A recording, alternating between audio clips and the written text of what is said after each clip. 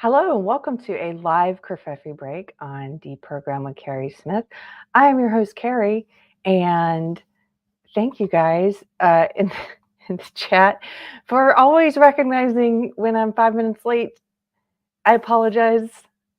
I'm rushing around this morning, maybe like a lot of you, trying to get ready for Thanksgiving and have family coming, and it's a really exciting time.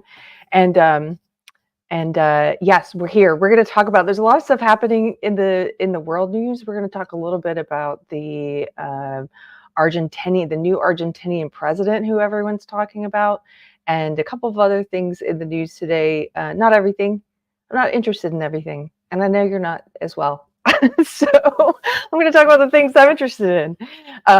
But welcome if it's your first time here. This is a live show that we do on Deprogrammed on Mondays and Fridays at 1 o'clock Central. I do interviews with people. If you want to look through the Deprogrammed archives, there's lots of interviews with people who left the social justice left, as did I. And the reason for that is this channel's primary purpose is to help better understand social justice or woke ideology and to promote conversations about faith and reason and philosophy and ideas and belief systems. So most recently, I got to interview an education expert, I would say an unschooling expert, and that was so much fun. She's based here in Texas. If you haven't seen it yet, please go check out the most recent interview. Her name is Hannah Frankman, and she's the founder of Rebel Educator, which is a great name. And for you knitters, there's a little surprise in that interview I was surprised about. So definitely go check out the one with Hannah Frankman. I have a couple of announcements. Let's see. Here's one. Let me add this to the screen. I'm so excited about this. And I think this just got announced. So if you're in Houston, my husband, Anthony Garcia, and his band, they're going to be playing at the Mucky Duck on March 1st. And I'm really excited about seeing some folks there in Houston. So there's tickets. You can go to anthonygarciamusic.com. And it'll take you to the Houston show. But this is going to be a really fun one with the whole band there. So his violinist, bass player, and drummer are all going to be there. And it's going to be a rip-roaring good time. So there's that little announcement. Let's see. What else do I need to get out of the way for today? Oh, this hat. Before I forget, someone reminded me last time about the hat I was wearing. This hat was made by Textera. Some of you know her from the chat, and it was featured in the Blocked magazine June issue. If you don't already have Blocked magazine, it's a free knitting and crochet magazine. It's edited by Neil James, and it's for problematic wrong knitters. So I would recommend going to check it out. They're reclaiming the cat hat, and they had lots of oogly cat hat designs. And this one, like I said, was knit by the lovely Textera, and it's a good fall hat. I love it. Yeah, free knitters, John. Oh, Hazard. Oh yeah, Anthony he likes to tell people this during his shows, actually, so they're not surprised. She says, I just looked up your husband, and the first thing that came up was a Wikipedia article titled Anthony Garcia, Serial Killer. Yes, I know, it's terrible. I hate to laugh at it because it's awful what this guy did. The funny part, though, is people finding that first when they're looking for my husband's music. Oh well. Yeah, there's this crazy doctor, serial murderer who I think he's on trial now, or he was on trial recently. That's not my husband. He's not the murderer. He just slays on stage. Haha. So, yeah, warning. You have to go to Anthony Garcia Music. It's important to put the music there. So, welcome to some regular faces. I see you. I see Adam Worrell. Before we get into the topic, I just wanted to share with you some of the stuff I'm watching lately. I go through stages. If you've been watching Deprogrammed for a while, I'll get on like one show for a while and I'll just binge that show or music or album. That's how I sort of consume things, and then I'll move on to something else. It's just, I don't know, it's just the way I tend to function with entertainment choices or information choices. And lately, I've been listening to a lot of the Disaffected podcast again, which is so much fun, very well produced. They had a show last night. That's Josh Slocum's show, and I highly recommend that podcast, of course, which is all about. It's also about woke and social justice, but it's specifically always through the lens of psychology and cluster B personality disorders. And Slocum has a wicked sense of humor, which makes it really entertaining. So Disaffected. What's another one? Oh, the famous artist Bertie Rose, who I've interviewed. If you're new to the channel, I've interviewed Josh Slocum from Disaffected. You can go and watch it in the archives. He's brilliant. And I've also interviewed Bertie Rose. Bertie is an artist who left the left. There's been this attempted cancellation of Bertie, and she's also a genius, brilliant, really wickedly funny, like Slocum, and she's been building up her YouTube channel, The Famous Artist Bertie Rose, and I've just really been enjoying her presentation style. So yeah, that's what I'm watching lately. What else? We can sometimes in the anti-woke space, we complain so much about what's bad in entertainment that it's good to mention some of the good things that you're watching. There's a new movie coming out about Napoleon, and we're going to go see that this week. My mother-in-law is coming to town, and I'm excited about that movie. My husband's very excited about it. He's been reading this very dense Napoleon biography, and it's kind of funny because whenever he picks it up, I'm like, "What's Napoleon up to now?" And he's like catching me up on what's going on. So he's trying to finish that before he goes through the movie. But yeah, I haven't been in the theater in a while. I don't think I've been in the theater since I was on Friday Night Tights, and they wanted us all to watch Avatar 2. So we went to the theater for that. So I'm excited to go back to a movie theater. And I've heard good things about this Napoleon film. So, yeah, Gasket says Joaquin a nut, but really good. Yes, he is a nut, but he is great. He's a great actor. Okay, so I've got some funny things I wanna share today too. Maybe a little later. We'll start with some of the more newsy topics. But it is a holiday week. We're not going to be doing a pop culture on Wednesday because it's the night before Thanksgiving. If I have time, I plan on finishing and uploading a different video so that there's something to come out on Wednesday. But we're not going to be doing a show on Wednesday, and we're not doing a live show on Friday. But we'll see if there's some other things we can get finished in time to add to the channel. So because it's a holiday week and I'm feeling in the festive mood, I saw a really hilarious thread last night, and we're gonna get to that in a little bit. But first, let's talk about this guy. If you're like me, you maybe never heard the name Javier Milei until the past few days. This is the newly elected president of Argentina, and I was trying.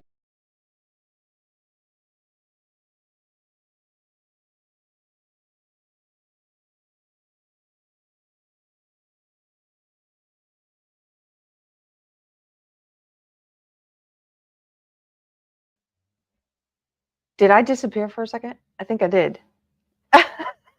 Sorry. I'm so sorry. I told you, we're very scattered this morning. A Fed. Somebody says he's a Fed. You think so? I don't know. I always hear so many conspiracy theories now. Okay, I'm back. So I was trying to figure out who is this guy, what's going on with him. And so the first thing I did, obviously, a news search. Let's look and see what the news is saying about him. And this is a good rule of thumb. Now, it doesn't mean it's always right, but it's a good rule of thumb. I think all of us who watch this, if you're watching this show anyway, you probably agree that in the past few years, you can kind of treat the media like Rotten Tomatoes critic score. They're generally it's generally assumed now that if they don't like something, that thing is probably good, maybe. And if they love something, it's probably terrible. This is, maybe you're not living in the same world as me, but I've certainly noticed, especially during the COVID years and the woke years of woke taking over all of media, it seems, that if they're against something and they hate something, I'm maybe gonna like that thing. So it doesn't mean it's always true. It's just pattern recognition. And so I looked up to see who is this guy that won? Why is there so much news about him? And if you look at even just the headlines here, you can see that the media, the US media anyway, and they appear to be giving him the Trump treatment, the DeSantis treatment. There's far right is in almost every headline. NPR, far right populist. Javier Milei, elected president of Argentina. The Guardian, Trump and Bolsonaro salute Javier. So they have to put Trump in there. They still get clicks with the Trump hatred. They salute Javier Milei as far right. Rejoice around the world. The far right rejoice. This is from Fox News. It doesn't have far right in the headline. It says Javier Milei crushes Argentine left, becomes world's first libertarian head of state. Wow, they correctly identified his party. They called him a libertarian, which is what he is, instead of far right. Maybe because Fox News is accused of being far right all the time, and they know that doesn't mean anything anymore. So they're trying to be correct. But look, they include a picture of Trump there. Why? The failing New York Times says Argentina elects Javier Milei in victory for far right. The Washington Post says Argentina's new president is Trump-like. Okay, so they don't say far right in the headline, but they get the Trump insult in there. He's like Trump. And they get his party correct, though. Libertarian, Javier Milei. USA Today, advice from Javier Milei, far right libertarian. And it just continues. So I kind of made a joke because I was remembering, sorry, that Fed comment was up there for a while. I was just remembering how in the past year, we have heard far right used to describe so many innocuous things. We've covered here on Deprogrammed how there will occasionally be a spate of articles where suddenly something is called far right. For example, going to the gym and working out. That was recently. That was in the past year where it's like, oh, there's, right wing, far right wing, tend to be workout enthusiasts. So I kind of made a joke that if they're calling him far right at this point, all that means is that he goes to the gym, right? Like that's all it means anymore. There were also articles about punctuality, showing up on time, how that's far right. Basically, far right has become one of these phrases in this crazy, chaotic, postmodern world that we're living in now, that I don't really know what that even means anymore. I have to ask people when they use it to define it, just like liberal. Like, what do you mean by liberal? Because a lot of people use it incorrectly. Just like woman. So I've been called far right. I've been called far right. So Dave Rubin's been called far right. So why would that term mean anything anymore? It's like the boy who cried wolf. It's kind of funny because if someone comes along who actually is far right, do you know what the media's trained all of us to do? We don't trust it anymore. I don't take you at your word. In fact, I'm inclined, as I explained in the beginning, to assume the opposite is true. When we were in Europe this year, my husband and I told you guys about being in Amsterdam and meeting a lot of lefties there, actual progressive lefties who are not woke, who are based lefties. I love based lefties. And one of our new friends was telling us about one of the politicians there.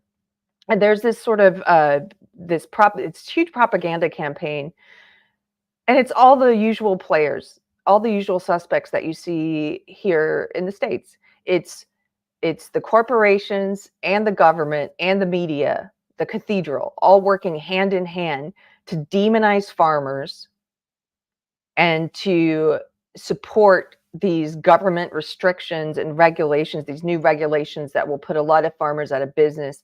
Why? Because they want the land for these corporate developments. It's all out in the open, what they're doing. And so there are tons of articles there now in the Netherlands where they're calling the farmers far right. I have to, in this kind of crazy world, we have to laugh because it is so upside down. You have to find humor where you can, living through absurdity. And so now it's become like an inside joke in our little town here in Texas. If we see a farmer, if we see a guy on a tractor, my husband's like, look at that far right extremist on his tractor. Like, there's a far right extremist. And so even in the Netherlands, this new friend who's a lefty, a progressive, but based, was telling me about a politician who's running there, and she was saying he's great, and she was, explaining how he's for property rights for the farmers, and he's always been, and he is left wing, but he's based. And so she said, but the media calls him far right now. They're calling him far right. I don't know if that makes sense. And I said, yes, that makes sense. They do that in the States too. I seriously have no idea when somebody says that what they're talking about anymore. They've abused that term like they've abused so many terms. They've used it as a scare tactic, like a boogeyman. It's far right. So I started looking up this guy. Yeah, Marquina says they do that everywhere now. They do. It's annoying. Just on a grammatical level. Like I hate it when words are used incorrectly for a lot of reasons. Not just because it's, disinformation, but so I started looking up this guy because I wanted to figure out, like, who is he? I am no expert by any means. I'm an average person. I'm no expert on Argentina. No expert on the Libertarian Party, although a lot of people tell me I am a libertarian, or they say that my views, people have told me they think my views are libertarian. That may be, but I'm not very impressed with the libertarians I've met, a lot of them, some of them. So I'm not a member of that party. I'm not a member of any party anymore. This guy, they're all calling him far right, but he calls himself ANCAP. He's an anarcho-capitalist. I also have criticisms about ANCAP, but in general, I tend to think it's better that someone who's not part of the, this two-party system is winning. They're calling him an outsider. It's the first time there's a libertarian head of state. I think all of that sounds good. Here, let's pull up this article about him. This one's from the Washington Post. Argentina set for sharp right turn as Trump-like radical wins the presidency. Now, a couple things I've read about him. Even though he describes himself as he's a libertarian and he's ANCAP, he's also anti-abortion, which is interesting. I don't usually see people who are libertarians or ANCAP taking that position. So that's interesting. And then there are things you would expect with a libertarian. He's for greater individual freedom and less government control. He wants to protect gun rights. He wants to slash a lot of government spending by getting away with the offices of diversity, culture, and education. That sounds great to me. He also he wants to get rid of the central bank there in Argentina, and he wants to dollarize the system. So he's got some proposals, some economic proposals that they're calling radical. But let's see how they talk about it in this Washington Post article. Okay, a radical libertarian. Oh, at least they're calling him libertarian. A radical libertarian and an admirer of Donald Trump. Oh my goodness, you guys. He admires Donald Trump. They say it like it's an indictment, right? Cheeky Mare. Give it up for Cheeky Mare, one of our mods. She says, I'm a pro-life libertarian. That's true. We should talk about that sometime. I think that's an interesting position. We should do a show about that because I would like to know more about pro-life libertarians. Okay. A radical libertarian and an admirer of Donald Trump rode a wave of voter rage to win Argentina's presidency on Sunday, crushing the political establishment and bringing the sharpest turn to the right in 4 decades of democracy in the country. Javier Milei, a 53-year-old far right. Every time you see far right, just imagine like the flowy arm guys outside of used car dealerships that are trying to get you to come. I just imagine something all spooky with like, woo! A 53-year-old far right economist and former television pundit with no governing experience. Who's that guy in the Ukraine that they love who was a comedian with no governing experience? What's that guy's name? And they all love him. I'm kidding. But really, he was a comedian, but no governing experience. Okay. With no governing experience, claimed nearly 56% of the vote in a stunning upset over Sergio Massa, the center-left economy minister, who has struggled to resolve the country's worst economic crisis in 2 decades. Even before the official results had been announced Sunday night, Massa acknowledged defeat and congratulated Milei on his win. Trump also congratulated Milei. Oh, they got to get the Trump thing in here again. They really care about Trump, you know. It's just, it's always they have to find a way to work him in. So they're including here what Trump said to Milei. I'm very proud of you, Trump wrote on his Truth Social platform. You will turn your country around and make Argentina great again. Voters in this nation of 46 million demanded a drastic change from a government that has sent the peso tumbling, inflation skyrocketing, and more than 40% of the population into poverty. With Milei, Argentina takes a leap into the unknown, with a leader promising to shatter the entire system. All of this, Washington Post, sounds great to me. All of this. We've talked a lot on this program, and I know a lot of people in this wrong thinker, anti-woke space have talked about what we think could happen possibly here in the States and other Western countries.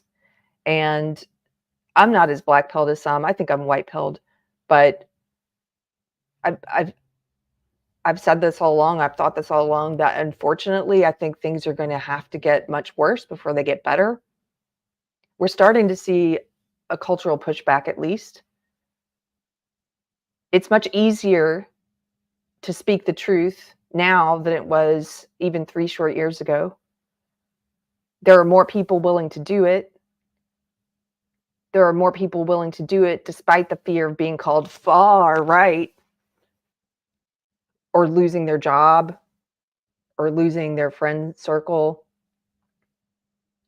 So things are getting better. I have seen a shift. We've even seen a shift. Take one specific part of the woke agenda, the social justice agenda. Take the trans and kids part. We've started to see a dramatic cultural shift around this. There are Scandinavian countries, there's the UK, who've now banned it, who've banned this Orwellian, gender affirming care, which just means the mutilation and sterilization of children. They've banned it for children. Sweden, Finland, Norway, the UK, the countries who've had their medical review boards do a systematic review of the available evidence, those countries have banned it. There has been a shift, and we're going to get there here in the States. I absolutely believe that. We're doing it state by state at the moment, but we're going to get there. So things are changing. But on the large scale, I think, unfortunately,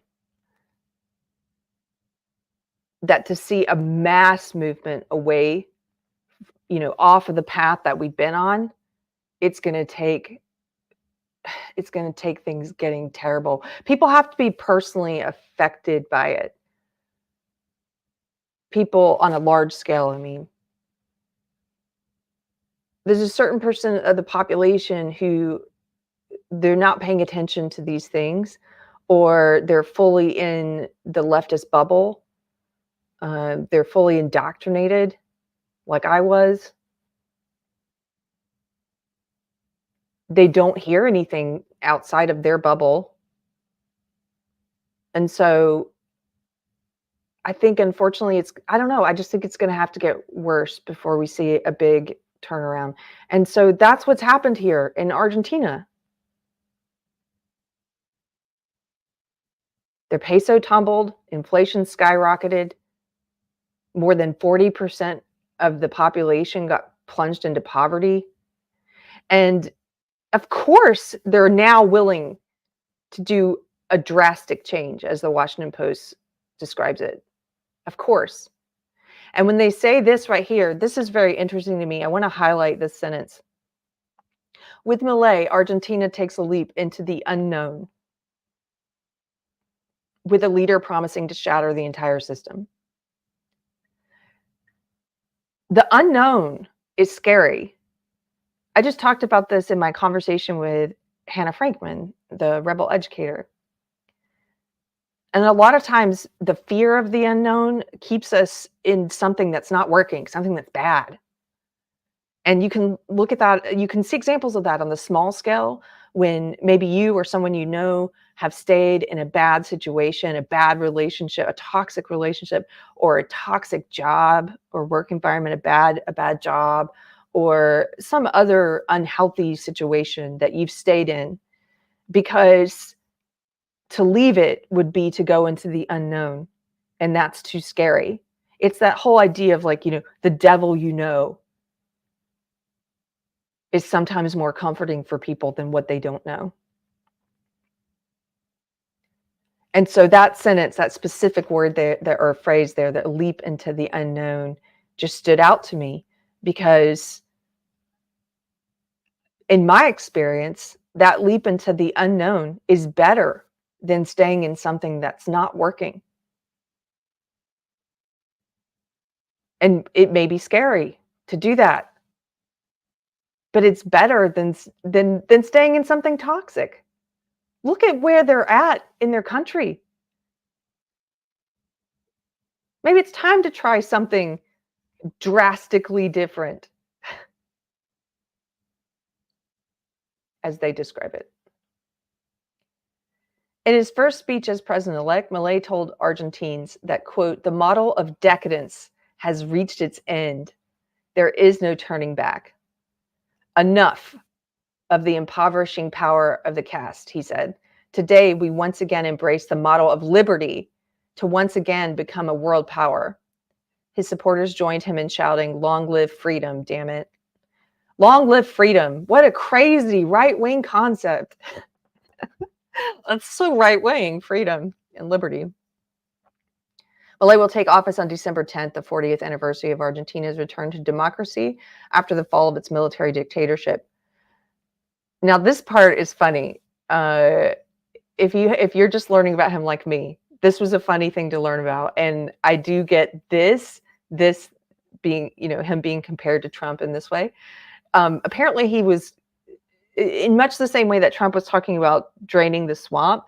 He's been talking about, cutting down the system. And so to demonstrate that on the campaign trail, he has been taking out a chainsaw on stage.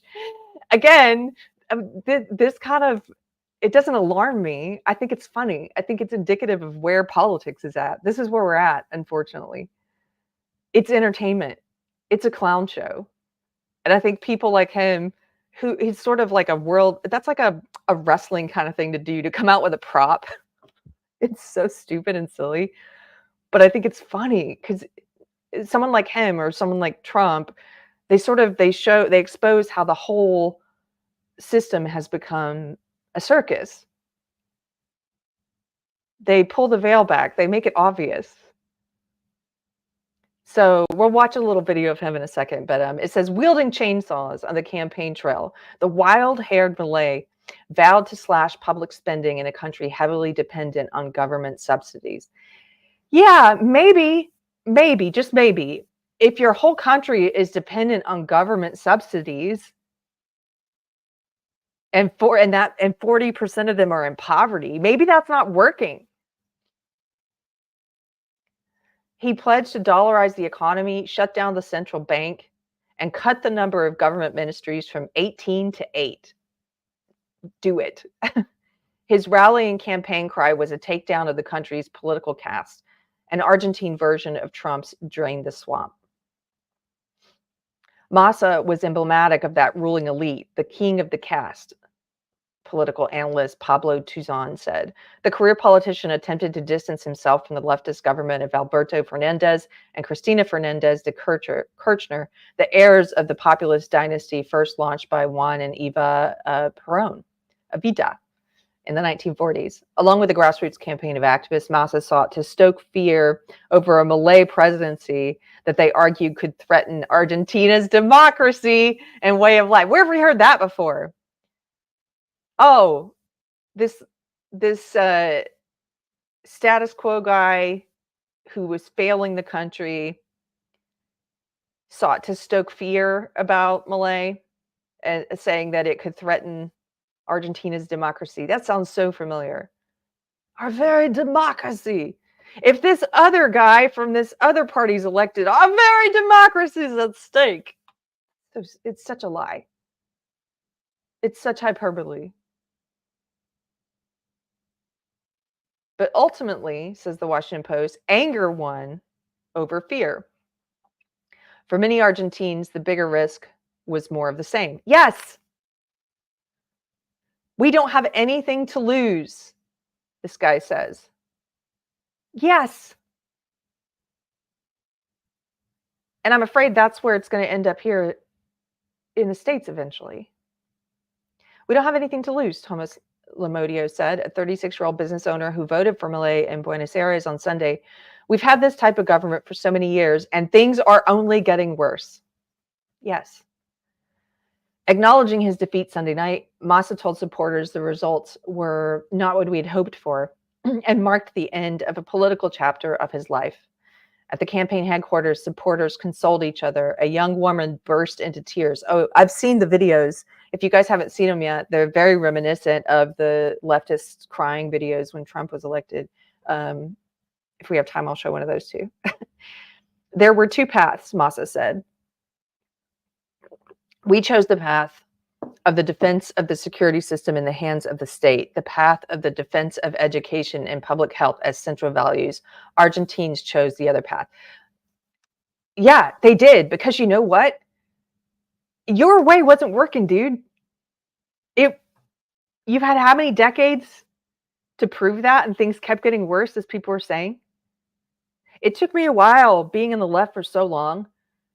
When you're raised in this country with certain things that are accepted as, oh, that's just the norm, that's just the way things have always been. It takes a while to step back and get yourself out of that and actually look at history and realize, no, that's not the way things have always been. Healthcare hasn't always been in the hands of the government's job, the government's responsibility, the domain of the government. Healthcare, education. Somebody left a comment on my conversation, the video I did this week with Hannah Frankman, Rebel Educator, and they were saying something about public education and how they would rather see public education fixed than to see this gradual shift that's been happening towards homeschooling, towards private schooling, classical schooling, Christian schooling. And first of all, I don't see why you can't do both. I appreciate so much the people who are trying to reform the public school system. People like groups like Moms for Liberty. I think that's great. At the same time, I appreciate people who are withdrawing from the system entirely because they think it can't be fixed or not fixed fast enough to put their children at risk in it.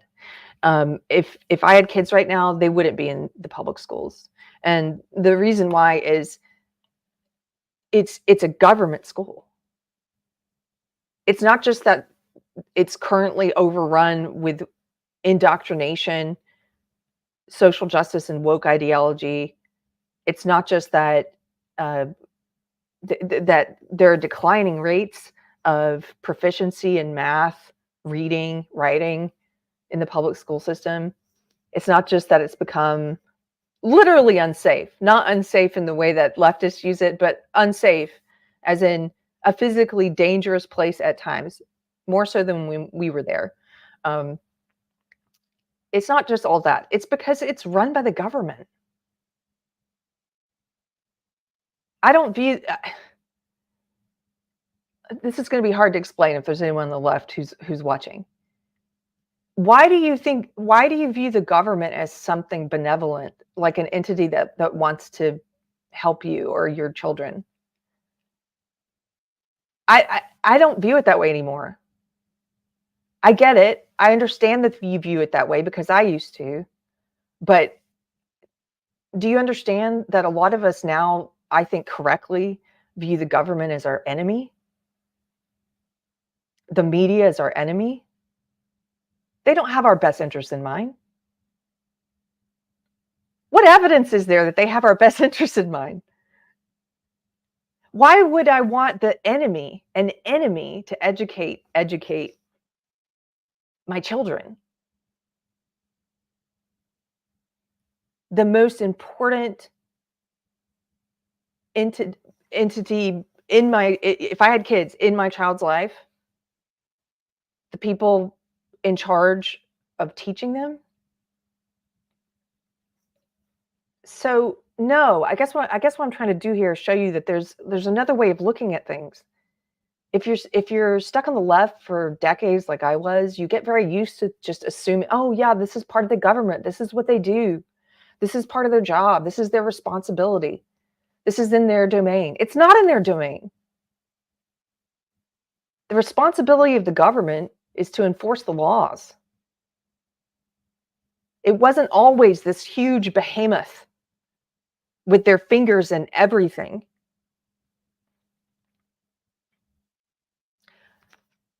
There are three domains. Three I guess you could say entities in a society.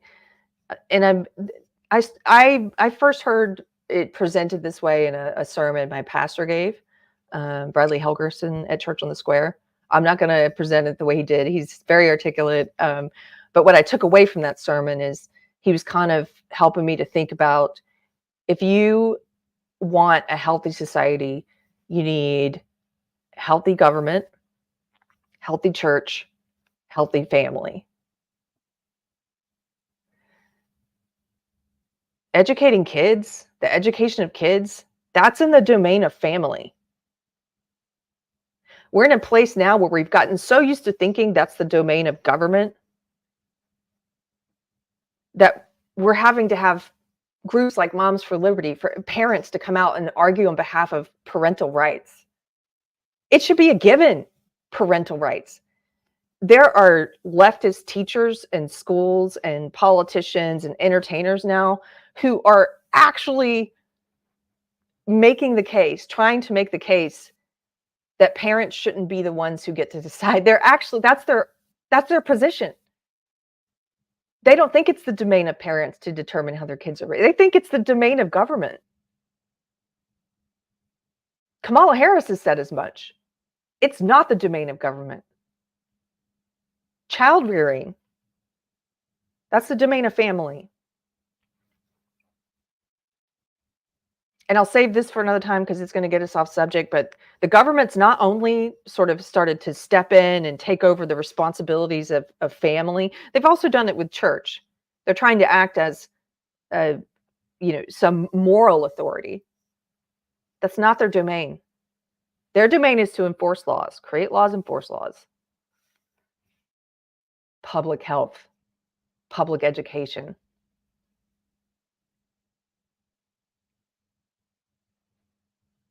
I'll just reread what this guy who lost said. He said, there were two paths. We chose the path, meaning his side, the defensive security system in the hands of the state, the path of the defensive education and public health as central values. Argentines chose the other path. Yeah, because your path wasn't working, it was failing. Milei's landslide victory makes him the most voted president in a runoff since the return of democracy in Argentina. The results suggest that many of those who said they would vote in blank and did not feel represented by either candidate ended up choosing Milei. That happened a lot with Trump, I think. In 2016, the big upset. There were a lot of pollsters who got it completely wrong. You guys remember that? The meltdowns that the news anchors were having? I was one of those people crying that night, just to tell you how far I've come since then. I would have totally bought into an article like this. Oh, far right. I did buy into it about Trump. Far right demagogue. I called him a demagogue. But a lot of people didn't see him coming. My side, the left, certainly didn't see him coming. And I think a big part of that was there were people who weren't in polls indicating that they were going to vote for him, but they did. So that's what they're saying happened here. Evidently, people were not afraid to change, this person says. A Milei presidency brings the far right to power. It's so scary, right? The far right to power in the third largest economy in Latin America, and it could have profound implications for the region and the world. In a continent dominated by leftist leaders, Milei could create tensions with governments he has attacked, including crucial trading partner and neighbor Brazil. In an era of growing Chinese influence in Latin America, Milei could become the region's most vocal antagonist to a country he once called an assassin. Yeah, he's got some harsh words for China, which I also like. I like that too. Milei made a name for himself as a television pundit who insulted other guests, and he has shown a tendency to fight with the news media. Oh, well, that's good. He has circulated conspiracy theories. Again, just like far right. When the mainstream media says conspiracy theories, I don't know what that means. Because a lot of the things they've called conspiracy theories have turned out to be true. He has circulated conspiracy theories and raised unsubstantiated claims about electoral fraud. That sounds familiar too. In presidential debates, he has cast doubt on the widely accepted tally of murders during the country's dirty war from 1976 and 1983.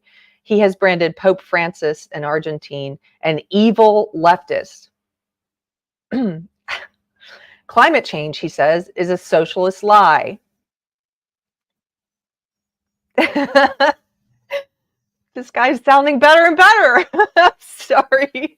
He would hold a referendum to undo the 3-year-old law that legalized abortion. There you go.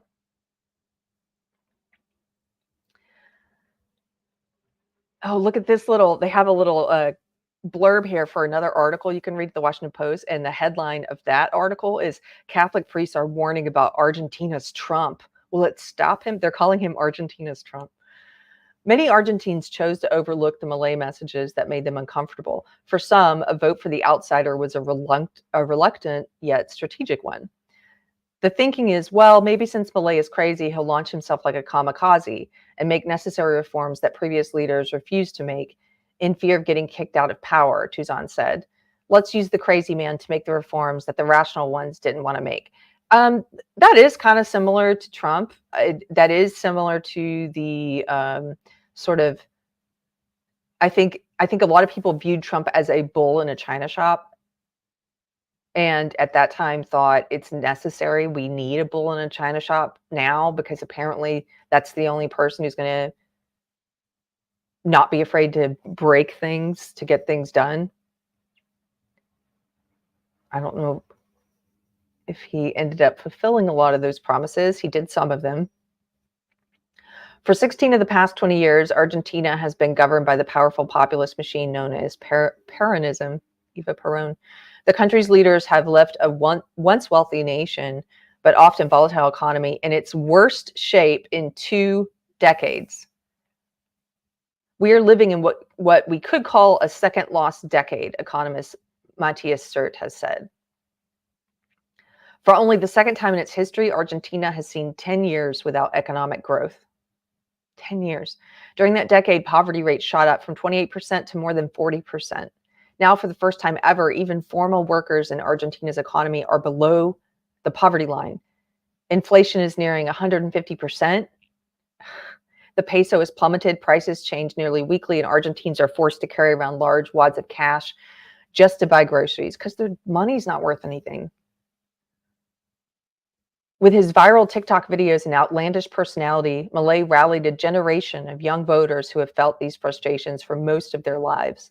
Today's youngest voters only know in Argentina an economic decline.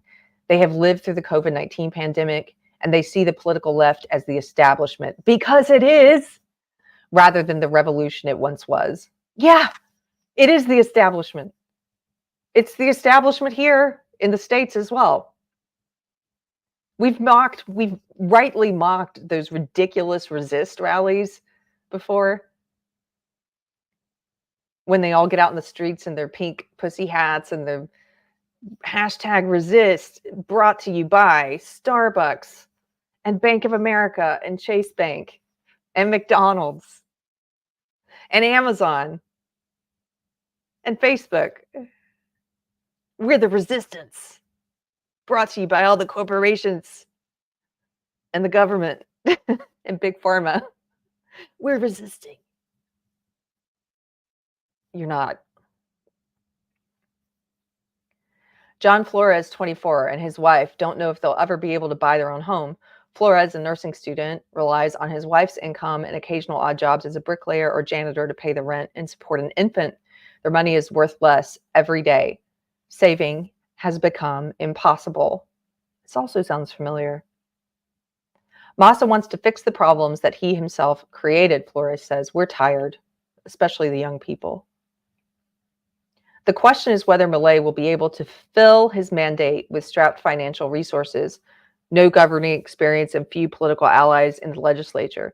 Even compared with Trump and Jair Bolsonaro, the far-right former Brazilian president, Argentina will have the most outsider of outsiders that has existed in recent years, Tuzan said. Milei will take office as the weakest president in the 40 years since the country's return to democracy, said Argentine political analyst Lucas Romero. This is not only because he lacks a majority in Congress, but also because he owes at least part of his triumph to a former president, Mauricio Macri, whose endorsement in the weeks before the vote gave Milei the political backing and credibility he previously lacked. His triumph is expected to have a seismic effect on Argentina's economy in the coming days. His proposals for dollarization have sent Argentines rushing to shed their pesos, causing the currency's value to plunge. We are going to have a dark week said Damian Rodriguez, a 42-year-old salesman who held off on posting his most expensive kitchen appliances for sale online this week, waiting to see how prices would fluctuate after a possible Milei win. Veronica Sermonero, a 44-year-old public sector employee, worried that a Milei presidency would leave her country in ruins. In Milei, she said she saw an anti-democratic candidate. What does that mean? Once again, we have this like threat to democracy. This is another term that they throw out now that doesn't mean anything anymore, or they don't use it correctly. They don't even know what it means. You just democratically elected this guy. How is that anti-democratic? It doesn't make any sense. Stop using words incorrectly. She said she saw an anti-democratic candidate who negates the horrors of the military dictatorship and who wants to take away her rights and those of her children. You have it completely backwards, lady. He wants to expand gun rights. What rights what rights is it that he's taken away? Abortion rights. That's true. That's one he said he wants to get rid of. What else? Along with all the other crazy ideas he has, she said, with that man, I don't see a future for anyone. But for Jonathan Aguero, a 32-year-old, the future has looked bleak for quite some time now. The father of two who works in safety inspections has felt shortchanged by his country's economic troubles for his entire life. I have 3 jobs, he says. 3, and it's never enough, he said, holding his 6-month-old daughter after voting in a working-class neighborhood of Buenos Aires. We've already seen what Peronism has done. We need a change. So this is the Washington Post article. Sorry, I haven't been looking at the chat because I've been reading this. Cheeky, or if there are any other mods here today, if there's something I missed that I should highlight, just let me know. Drop it in the recent chat. So that's an article about this guy. I don't know, but if you're like me, I haven't heard a whole lot to make me think this is the terrible, democracy ending thing that they're saying it is. There's not a lot there that's scary to me. I don't have to agree with every single policy that a politician puts forth. I don't have to agree with every single one. In fact, I think that's terrible that we've gotten to this place of tribalism where if somebody tells you, for example, that they're pro-choice, you can pretty much figure out immediately what all of their other positions are. Or if they tell you that they're pro-Second Amendment, you can pretty much figure out what their other positions are. Maybe not to the same degree as you can someone on the left, but I think that's terrible. That's tribalistic voting and thinking. It should be more common. It's more natural that we don't agree on every single issue with the people we vote for, or with our friends or family or people who are in our party. I'm so tired of this. Like, if you're on this side, you have all of these opinions and all of these things. And if you're on this side, you have all these opinions and all these things. I don't like that. That's why I'm not a member of any party anymore anyway. So, for example, I'm still pro-choice. My views on abortion have been in flux. If you're regular here, you know that they've been in flux for a few years. I'm still thinking it through. I do think abortion is immoral. I do think it's murder. My issue, which I guess is a libertarian issue, is I don't like giving the government the right to tell people what they can do with their body. But the reason I'm conflicted about that is because there are 2 bodies involved. It's not like vax mandates or mask mandates or or any other sort of government force when it comes to your bodily autonomy. It's different. It is the only situation where there's one life inside of another. And so I understand the pro-life people, the anti-abortion and pro-life people I know, I understand and completely respect their opinion that the life of the baby deserves protecting under the law more than the right of the woman to have that bodily autonomy. I understand that's their position. I respect that position. I'm just not fully there yet, and I don't know if I will be, because I fear what comes after that. I mean, we've already seen the government come in the past few years and think they have a right to tell us what we put in our body, what we do with our body. So I hope I'm articulating it well for the people who are pro-life and don't understand my position. I think where I'm at right now, most recently, is just if you get rid of that problem of the problem, I mean, in a thought experiment or what have you, a problem. If you get rid of that situation of two bodies residing in one, basically, the point at which the baby can survive on its own, then no, I don't think abortion should be legal. It shouldn't be legal at that point. Why not just give birth at that point? And science is pushing that date back earlier and earlier. But because I'm very, Mike, when does life start? Yeah, I'm not going to disagree with you on that. It's absolutely a life. I think the pro-choice propaganda and the stuff they push, where they try and argue that it's not a life, is disgusting. It's absolutely a life.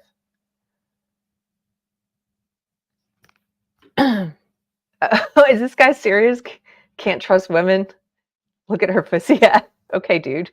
I'm trying to articulate it. If it doesn't make sense, you can ask me to clarify or ask me a question about it.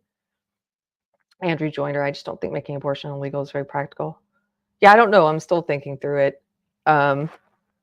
But it's absolutely a life. And in terms of which political side I respect more, it's clear, if it's not obvious, it's clearly the pro-life side. I don't feel like the pro-choice side is even pro-choice. I learned in the past few years, they're liars. They're absolute liars. Most of them are not pro-choice. They're just pro-abortion. I was shocked during the COVID years when all of these supposedly pro-choice people were supporting mask mandates, vax mandates. They were supporting governments shutting down small businesses. It's like, what a great revealing. You guys aren't pro-choice at all. You just use that language because you know there are people who do care about bodily autonomy. You use people's sincere beliefs to hoodwink them, to disguise yourself. But you're not pro-choice. If you supported mask mandates and vax mandates, like, you're just pro-abortion. Just say what you are, you liars.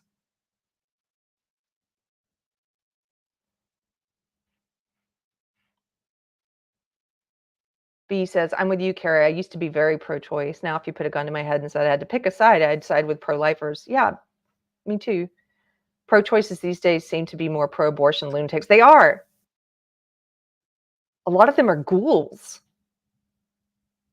That side has become ghoulish, celebrating the murder of unborn babies, not just saying, here's why I think the law should be structured this way, but they're outright celebrating. They're saying it's not a human life. That's ridiculous.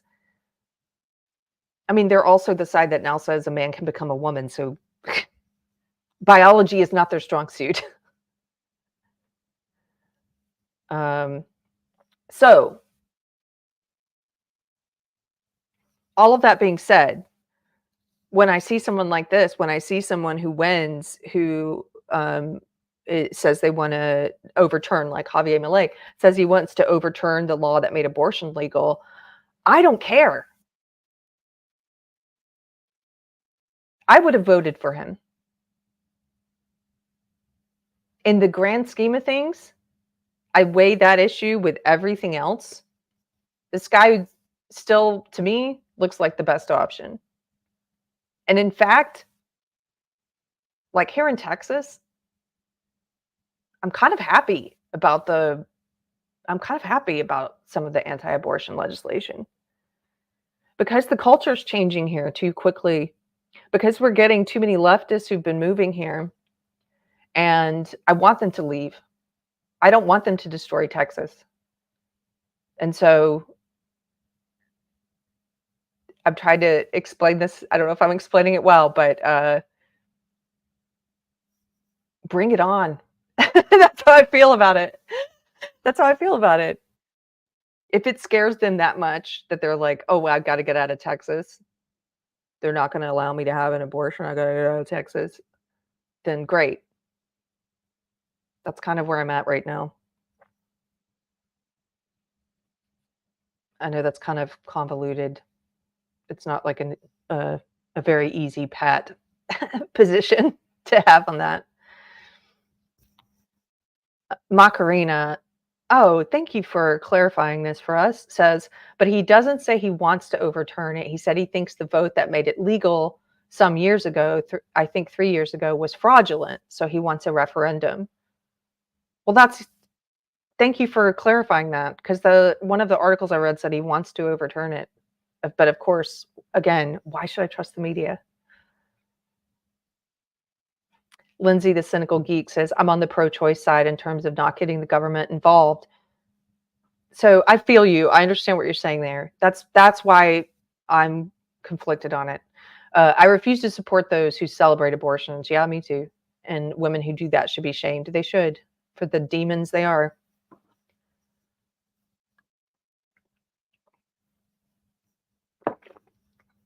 Okay. I've got a couple of videos that I want to show. Let's see. So somebody was telling me that the other reason the media and the leftists hate this guy is because he has been has some very harsh words for the left. So here's a clip let's see, can you guys see that?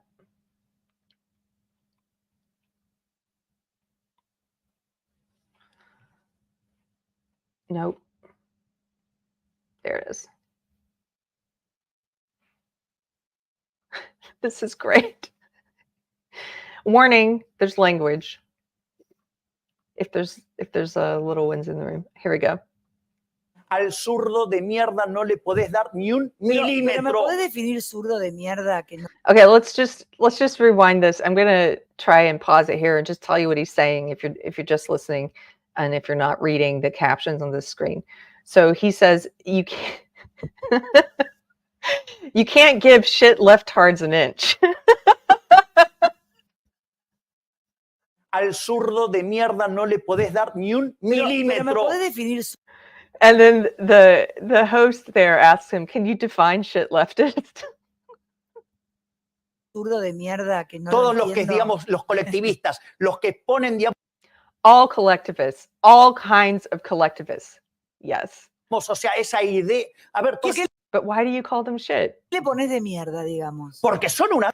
Because they are shit, he says. Mierda. O sea, no. Pero I'm sorry. Is it not true that the more you learn about this guy, the more you like him? I don't care. Yes, he's crude. I wish he wasn't as crude. Okay, you got me. But he's telling the truth. I will take the truth in a crude delivery over lies presented with an NPR tone and smile and feminizing language. You know, I would rather have crude truth Therese, I might have to move to Argentina. Yes. But why do you call them shit? Because they are shit. Let's just rewind that part.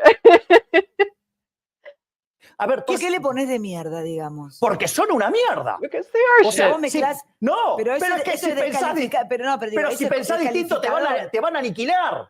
Ese es She says if you think differently from them, and he yells, they will kill you. This is the point. He's not wrong. This is not hyperbole. Ideologues, leftist ideologues, let's use the word correctly, radical. They don't get called radical because it's mainstream now, but it is radical, their beliefs. They believe in judging and treating people differently on the basis of race and sex and sexuality and religion. They're racist. I know they call themselves anti-racist and whatever. It's like Best Buy calling itself Best Buy. Do you think they always have the Best Buys? No. Somebody in the chat said that once, and it just stuck with me. It's kind of funny. But they're racist. They're collectivists, as he correctly points out. They don't judge people as individuals. They don't believe in individual freedom. They don't believe in judging people on the basis of their character and their behaviors and their words. They don't even look at people as individuals. They're no different than the KKK. They're no different than the Nazis. They view people as groups. Yes, they've become mainstream in the US and other Western countries in the past 10 or 15 years, but this has been growing for decades. I became a part of this collectivist, woke, social justice cult in college in the 90s. They absolutely view people as group members. They say we must judge and treat people differently on the basis of what identity groups they're in. And they sell this by saying they're doing the opposite. They say we have to do this so we can end racism. We have to do this so we can end sexism. You don't cure collectivism with more collectivism. You cure it with individualism. That's what's always cured it. They are dragging us back. They are regressing us into a racist, sexist, identity-obsessed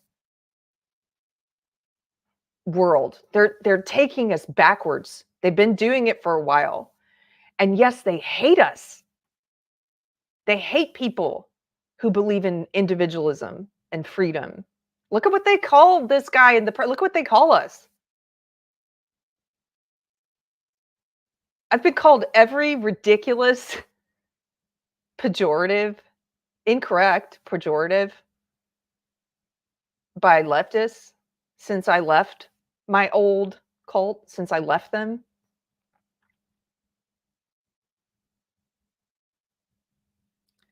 Look at them in the streets currently under the banner of BLM supporting terrorism.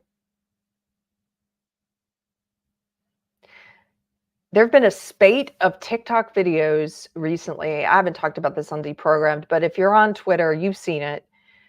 A spate of young people posting videos in which they are idolizing Osama bin Laden and making excuses for the terrorism, the murders, the murders of innocent civilians that he orchestrated on 9/11. Now, if you haven't seen this and you're older, you may find it shocking.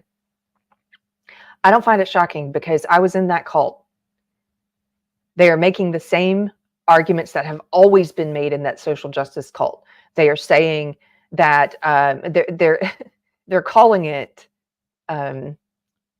anti-colonialism.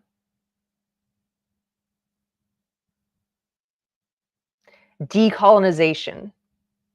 That's what they're calling it. Decolonization. Murdering people.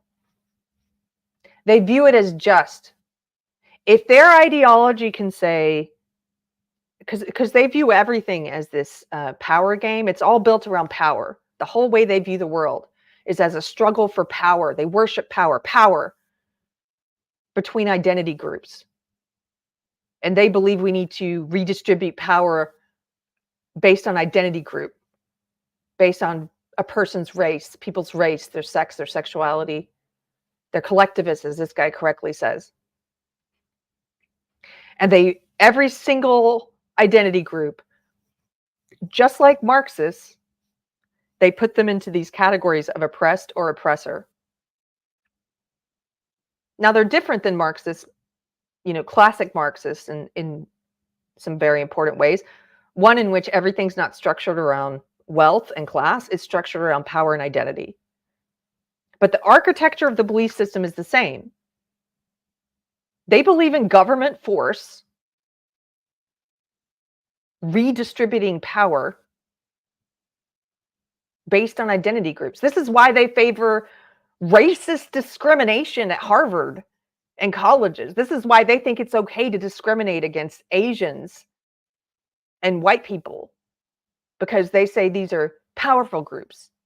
And so you have to take that power away by discriminating against them and treating them differently until we all somehow achieve some magical equity. Their other favorite word, equity.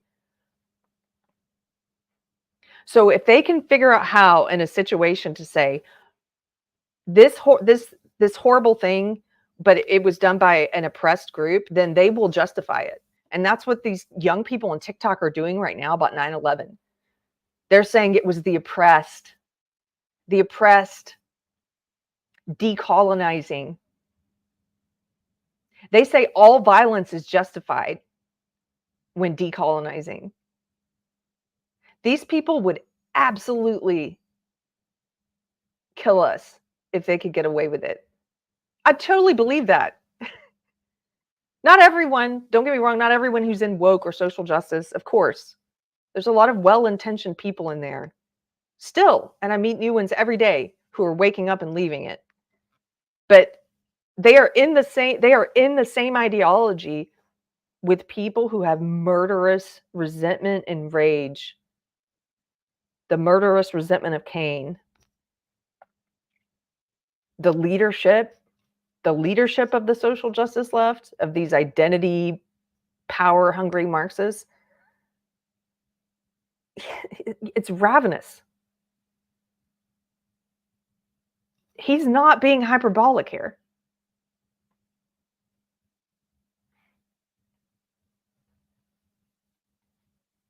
Aniquilar. Ese es el punto. Es decir, vos al zurdo no le podés dar un... He says, they will kill you. This is the point. You can't give shit leftists an inch. milímetro, porque le das un milímetro y lo toma para destruir. If you give them an inch, they will use it to destroy you. Yes. How many times have we said that on this show?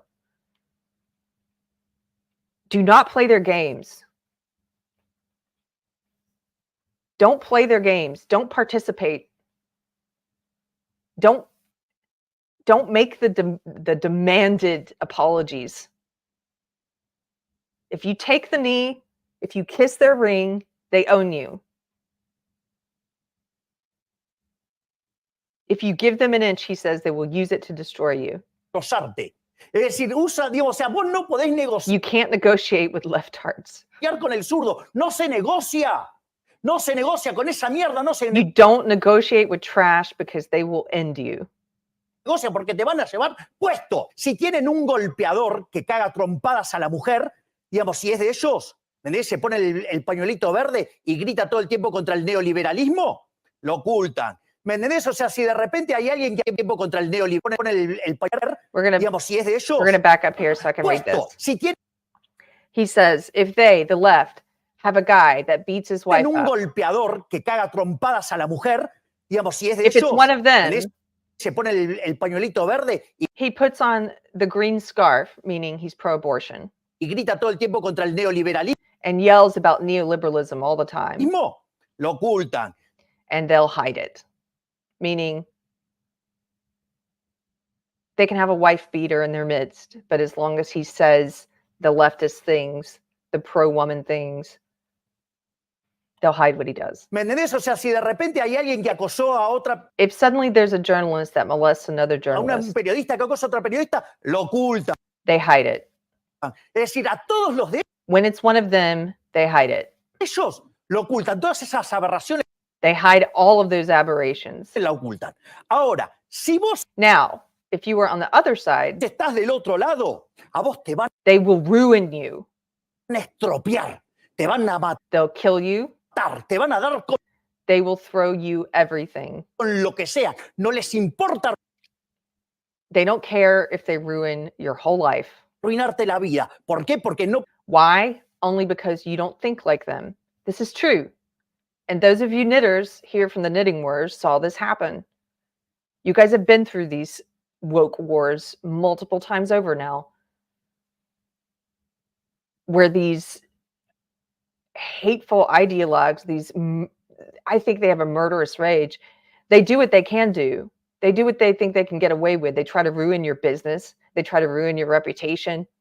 Many of you went through that and survived it. This is what he's talking about. It's the same. This is human nature. There've always been people like this throughout history. This is a certain kind of person. A person inhabited by darkness, in my opinion. pensás como ellos. Y ¿sabes qué He says, and do you know what's the good part in all of this? es lo bueno de todo esto? Hay algo bueno en todo esto. Porque como el error es humano, Because since to err is human, como todos nos podemos since equivocar, everyone can be mistaken, ¿sabes qué nos obligan? Nos obligan a ser mejores. Y como they force us to be better. And since we are getting better than them, estamos siendo tan mejores que ellos, como los estamos aplastando since we are crushing them in the cultural battle, en la batalla cultural, los estamos pasando de arriba, porque no solo le we are not only superior economically, ganamos en lo productivo, somos we are morally superior. superiores moralmente, somos superiores We are aesthetically superior. estéticamente, somos mejores. We are better than them at everything. I love this guy. I love his optimism. Mejores en todo. Y les duele, And that triggers them, he says. les duele. Entonces, como no And pueden since they can't beat us with real arguments, this sounds familiar, right? pelear con las herramientas legítimas, se apalancan They just use the repressive apparatus of the state. Sounds very familiar, right? I just watched Disaffected last night. And like I said, and Josh Slocum had a whole episode about Burlington, Vermont, and this wicked woman there who is trying to use the apparatus of the state to punish people for not using her made up they them pronouns. And by the way, the guy she's trying to punish, who's in a volunteer, community committee, the guy she's trying to punish uses her name. He uses her name. He just doesn't want to use made up pronouns. That's not enough for her. She wants him to quit using her name and to say they, them instead. Using the apparatus of the state to try and force this. We see this over and over again. They can't win in the court of the court of ideas, the marketplace of ideas. They can't defend the things they want to do. So they just try to use force. They try to use force to censor people, to punish people, to force people to get the vax.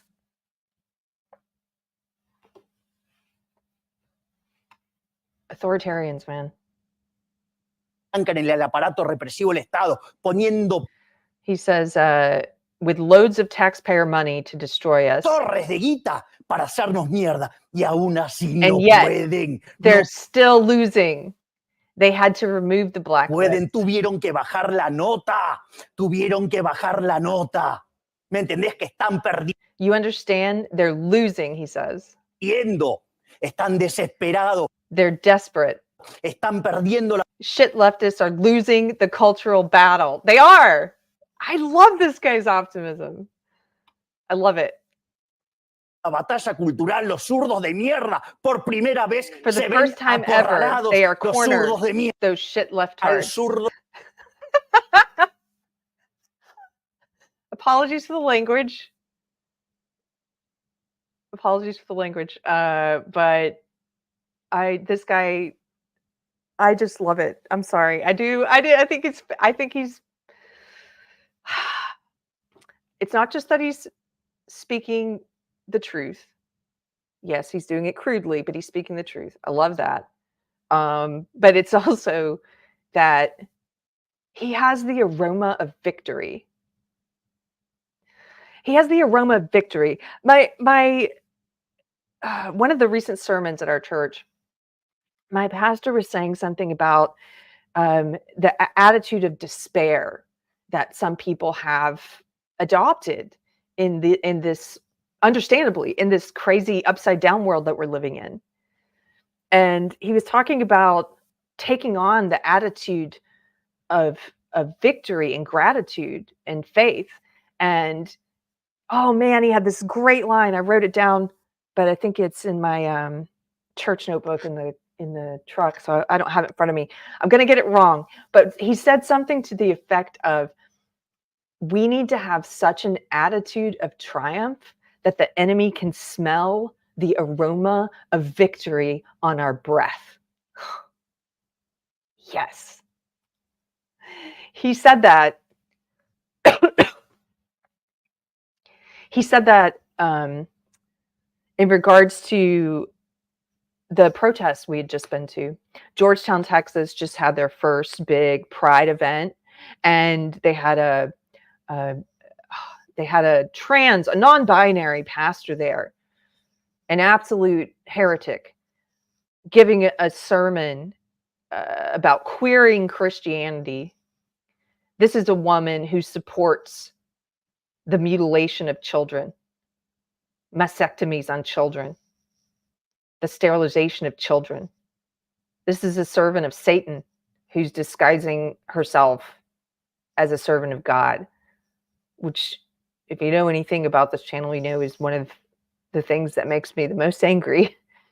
So at this Pride event, they had this sermon there, and they had a celebration outside, and I was there to protest. My pastor was there, some people from our church, some other people I didn't know. There were maybe 20 of us tops.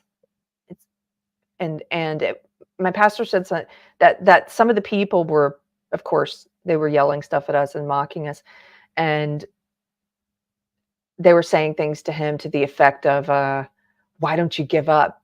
You've already lost. There's hundreds of us here, and there's only 12 of you. There's only 20 of you. You've already lost. Why don't you give up? And he said, how foolish of me that I didn't think to say, how can we lose with God on our side?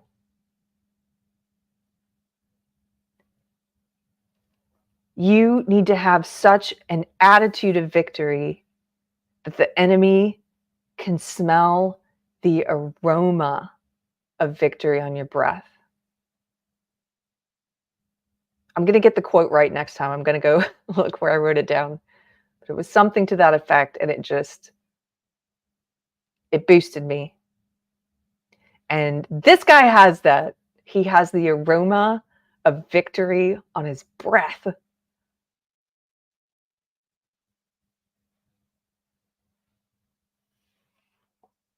So I like that.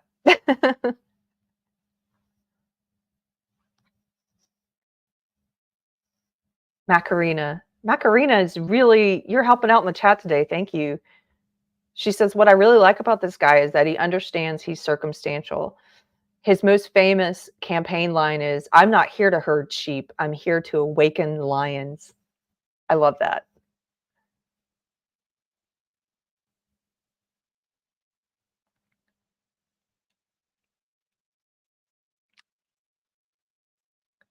Dion says, he has the righteousness of the victor who knows he is in the right. He does.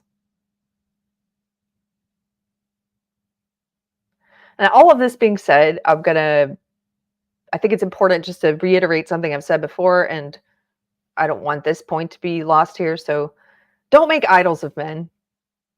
Please don't make idols of men. We should never do that. I've done it before. It's a bad thing to do. There's no one politician or person who is going to save us. I saw that happen with Trump. Some people who are still in that place of viewing him as some kind of savior and a godlike figure, and you can't do that with men. And first of all, there's no perfect man. That Trump has a lot of faults.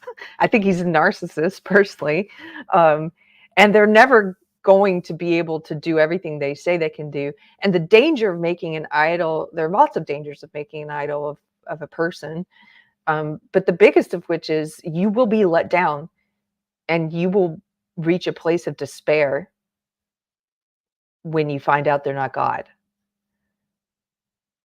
And you will find out. So don't do that. I don't know. I'm excited to see what this guy's able to do in Argentina, just based on the little bit I've read about him, some of the videos I've watched. I think, good for Argentina. Do a drastic change. It's not working. But be careful of putting men on pedestals. Thank you for the super chat, Andrew Joyner. Andrew Joyner for £5. Thank you so much, sir. Says, I recommend a doc called American Factory. I will type in chat some details as YouTube is censoring it. Of course they are. Of course they're censoring it, Andrew. Do you guys know I got shadow banned on Instagram this week? I don't know if any of you are on Instagram. I'm still there. I use it primarily for personal. It's like maybe half personal pictures and half commentary and cultural commentary and stuff. Memes. I like funny memes. I shared a clip of the episode of Jubilee's Middle Ground that I was on, and where I was talking about COVID. And I didn't say anything factually untrue. And they sent me a notice. How nice of them to let me know. They used to never let you know when they shadow banned you. Now they've gotten to where they'll let you know. They sent me a notice saying that because I had posted something against their community guidelines, that they were going to make sure that my profile is no longer found in searches. So anybody who's looking for me there, it's real Keri Smith, by the way. Anybody who's looking for me there can't find me, and that none of my posts can be shared, and that only people who already follow me can see my posts from now on. Thanks for letting me know, Instagram. I thought it was kind of funny. I didn't know that here at YouTube, they've loosened up on the censorship to a tiny degree, I think. Not a whole lot, but a little bit. And there are certain things that are now being admitted in the mainstream news and the things that they call authoritative sources. Some of those things that we used to get banned for, have videos pulled down, things we couldn't talk about, they're now admitting it. And so I didn't realize they were still doing shadow bans at Instagram for saying things that we know to be true now. But they are. One of those things is, oh, wait, Jacob says, I just followed you on Rumble. Hope you live stream there too. Dude, I've been saying for a while, I'm going to do a special live stream just on Rumble. I'm going to see if Robert can help me figure it out to do it sometime over the holidays would be good, just to try it out, because I know there I can say whatever I want. There are still things I can't say here, or the video gets taken down immediately and I get a strike. Those who stream, we all know what those things are. You have to self-report after every video. You have to self-report if you talked about certain subjects. It's such a backwards communist. Yeah. Anyway, I would like to do one on Rumble. I will let you guys know when we schedule that. And then we can say whatever we want. It'll just be on Rumble. Yeah. Thanks, Jacob. So one of those things that we used to not be allowed to talk about on YouTube, and now maybe we are, is the fact that, hey, maybe we shouldn't have closed schools down and took kids out of school for a virus that they weren't even susceptible to on a large scale. The New York Times just did a piece this week in which they say the news is in, the results are in, and it's startling, but it turns out, closing schools had a very devastating effect on kids' education. Here, let me put this up. I don't have a lot of time to spend on this story today because I want to show you some funny stuff. I really want to do some funny stuff, and we have about half an hour left. But this will get your blood boiling if you're one of the people who got censored about talking about any of this, like a lot of us did in the past 3 years. This is a tweet from Muriel Blave, PhD. She says, yes, you're not dreaming. This is in the New York Times. Here, look at their headline. The startling evidence on learning loss is in. It's from November 18th. Startling to them, right? So then she quotes from it. It says, the evidence is now in, and it is startling. The school closures that took 50 million children out of classrooms at the start of the pandemic may prove to be the most damaging disruption in the history of American education. You don't say, New York Times. Wow, if only someone could have seen that coming and argued against it without being banned, without being called a grandma killer.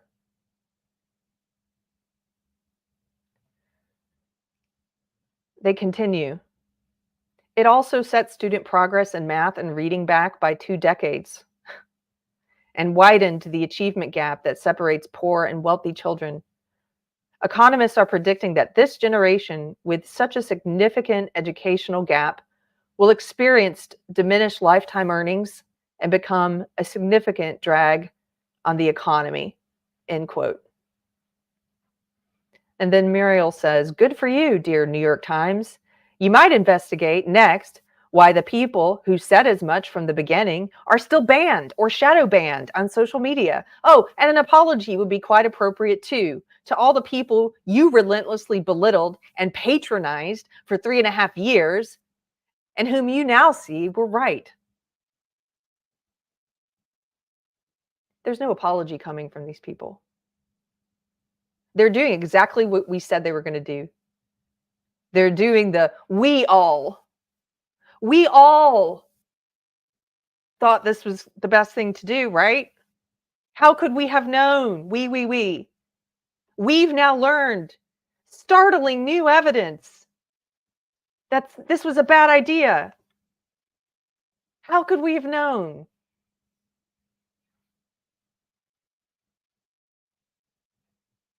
It is infuriating.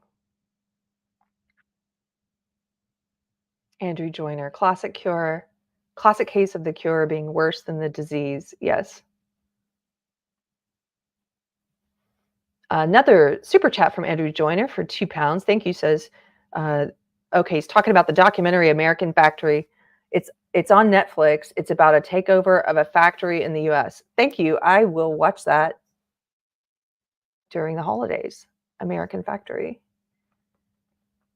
I've been making a list of good things people have recommended, and I have not been disappointed so far. Wonder Bucket for 2 Canadian buckaroos. Thank you, Wonder Bucket. Says, on a side note, have you ever read Amos 1, 6-8? Well, I've probably read it, but I don't know it off the top of my head. Let's see. I don't have that kind of scriptural recall yet.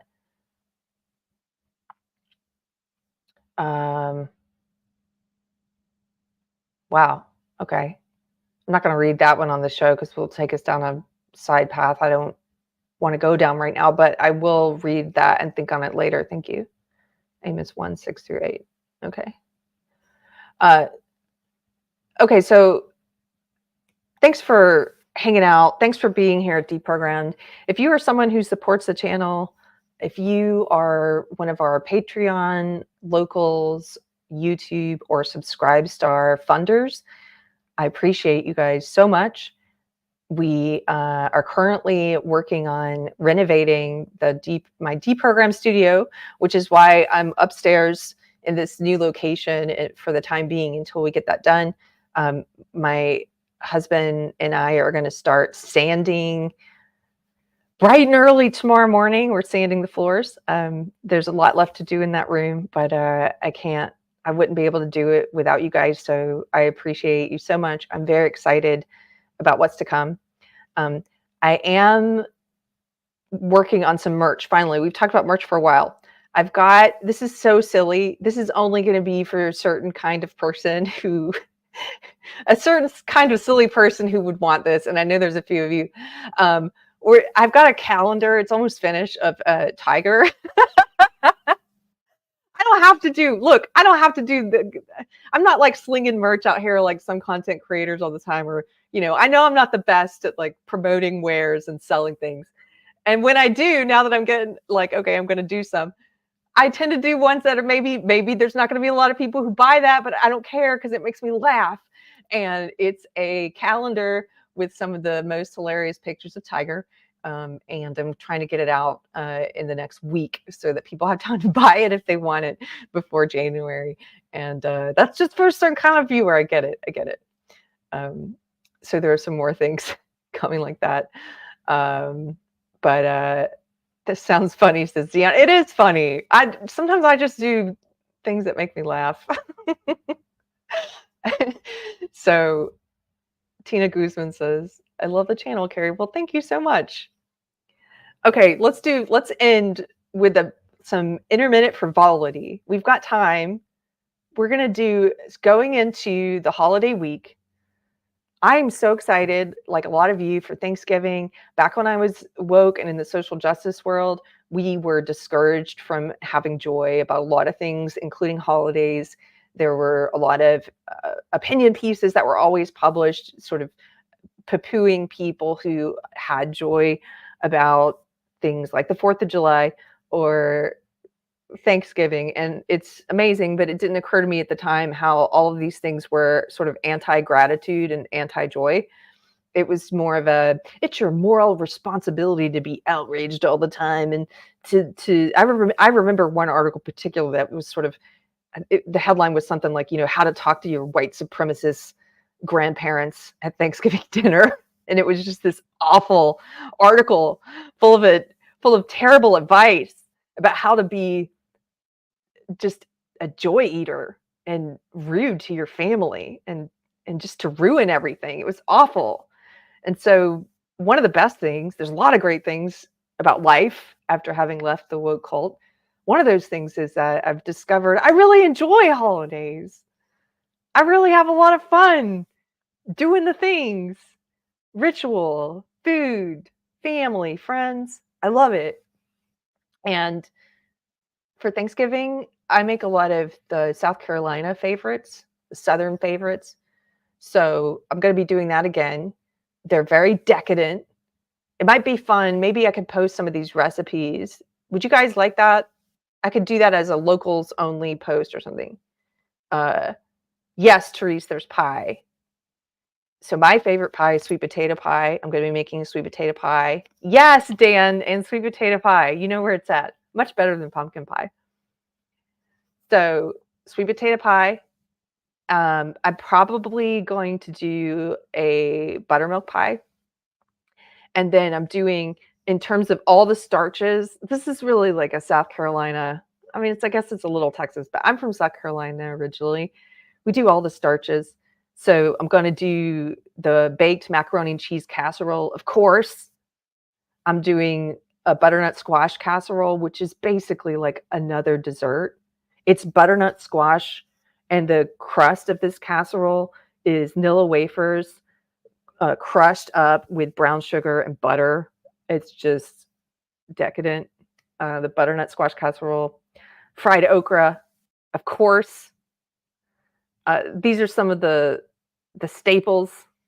So mashed potatoes, stuffing, all of that, of course. James J says, I'm in South Carolina. Where are we from? Well, welcome, South Carolina.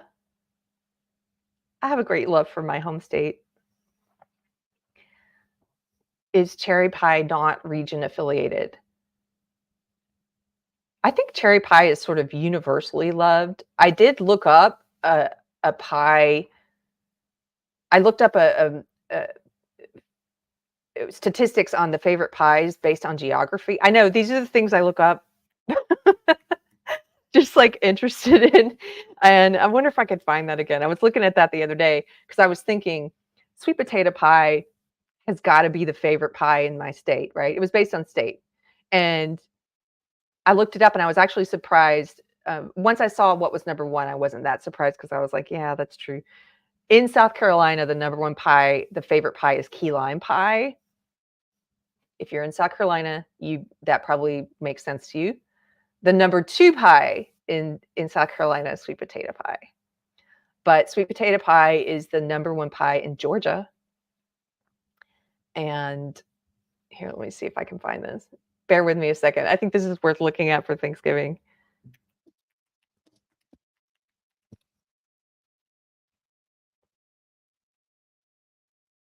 Here we go.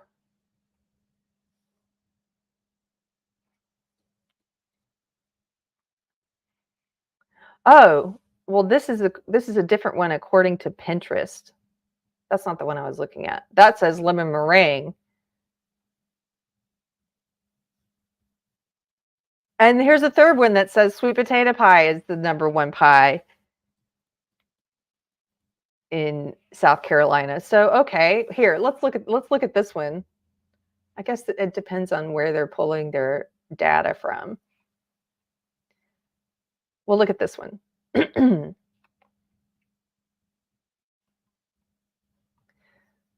This is from Google search. So this is where the data is coming for this one. They're looking at pie searches by state to determine which they think is the most popular pie in those states. And this data is from 2021. So look here, they have South Carolina, number one pie, sweet potato pie. Take that, Josh Slocum. North Carolina, sweet potato pie. Georgia, sweet potato pie. We love our sweet potato pie. Florida, key lime pie. Oh, look here at Texas, buttermilk pie. I didn't learn how to make buttermilk pie until I moved to Texas. Somebody, a very kind viewer, actually of Deprogrammed, came to one of our house concerts that my husband and I put on and brought 2 buttermilk pies and a recipe for making buttermilk pie. It was delicious. Look at some of these other ones. Let's see. Ricotta pie. I'm a little surprised. Somebody asked about cherry pie. I'm a little surprised that I don't see. Actually, there's not a single cherry pie, is there? Now, of course, this doesn't mean that these are the most. They're saying this is how they're determining what's the favorite pie, but it doesn't mean it's the favorite pie. It might be people looking for, maybe they already know how to make cherry pie, so they're not looking up a cherry pie recipe. Do you know what I mean? Maybe they're looking up a recipe for the things they don't know how to make. Like here, possum pie was the most searched in Arkansas. I don't think possum pie is the favorite pie in Arkansas. I don't. I think it's just that's the one that's most looked up because it's the weirdest, right? Okay. Well, whatever pies you are making for Thanksgiving, I hope they are delicious. Meat pie. Somebody says meat pie, what's wrong with people? Maybe they mean, hey, Ninja Kitty, maybe they mean like shepherd's pie. I like shepherd's pie. John says crawfish pie. That sounds delicious. I'm from Louisiana. We have crawfish pie, but it's not our state pie. Do you have a state pie? Pecan pie for Texas. Cheeseburger pie. No, that is wrong for Vermont. I think these are the ones people are looking up the most. Hey, Neil James. Neil James is here. Neil, we've already talked about serious things. We're not talking about serious things anymore. We're just having Thanksgiving frivolity before leaving for the holidays. So I'm glad you're here. James is the guy I mentioned at the beginning of the show. He's the editor of Blocked Magazine, where you can find the pattern to reclaim the cat hat. This is the oogly cat hat pattern, and this one, again, was made by Textera. Good to see you, dude. Okay, so here's the funny thing I wanted to share for Thanksgiving. We're going to end with this frivolity. Oh, man. I saw this thread last night on Twitter, and I laughed so hard. This is one of the funniest threads I've read in a long time. I love stuff like this. And there is a serious element to what I'm about to show you. But like a lot of things in this crazy world, I have to laugh at it. I think it's good to laugh at it. This is a thread from Pandas and Vidya. And it's a thread full of screenshots of comments from recipe blogs, recipes online. So this is like Thanksgiving themed a little bit with recipes and cooking. So we're gonna have some fun here at the end. After reading this, I started going to recipe sites and just sorting by 1 stars so I could see some hilarious reviews like this myself. There are so many funny ones. So this guy shared a bunch of them last night. Here we go. This is a comment by Mama Linda. Sorry, but I tried this and it was awful. It was dry and the flavor, even if it wasn't dry, was not good. A lot of the flavor issue could have been attributable to the sausage I chose. I did use Italian sausage and didn't vary from the recipe.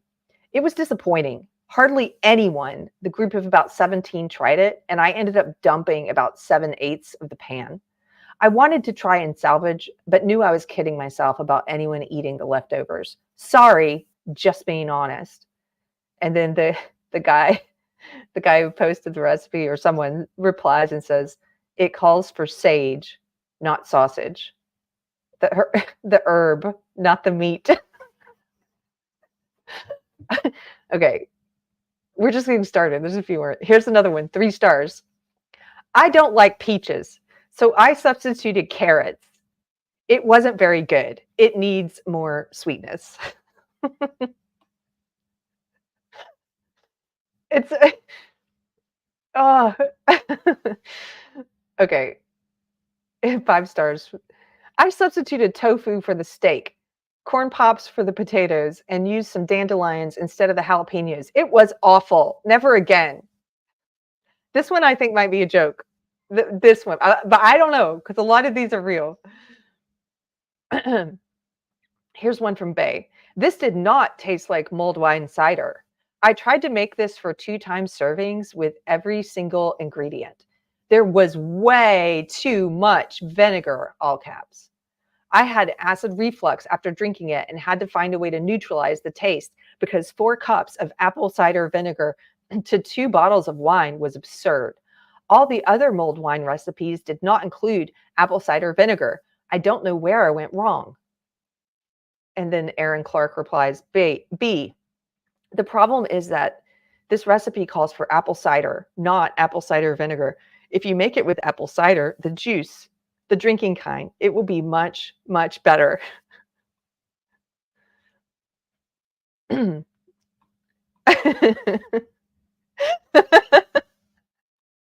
Wait, there's more. They get better. The guy who tweeted these, Ho Ping, says, forget these people, vote. These people drive next to you on the highway. Okay. Andrew says, I highly recommend this recipe. For this, I replaced the mash with pastry. With the filling a little salty, I added chicken and mushroom and removed the fish mix and prawns. and this person replies, so you made a chicken and mushroom pie with pastry instead of a fish pie with mashed potatoes? It just amuses me that you've highly recommended this recipe after making something completely different. Okay. Wait, this next one is 1 star. 1 star. 1 star. I noticed there were no eggs in this recipe, so I added one. What a disappointment.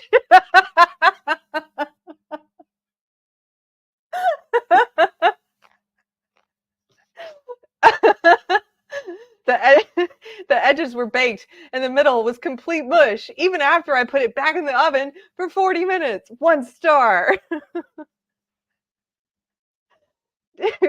Why don't you review yourself and the changes you made?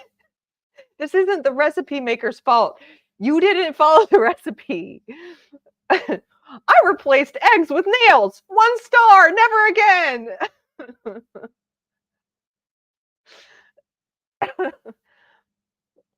Oh my gosh. Okay. Ioana says, hey, Jessica, just curious. Could I change the coconut with shredded cheddar cheese? Will it work flavor-wise? And do I need to change the composition of the other ingredients? Thanks a lot. And Jessica replies, hi, Ioana. No, I don't recommend using cheese in this brownie recipe. I hope you enjoy them.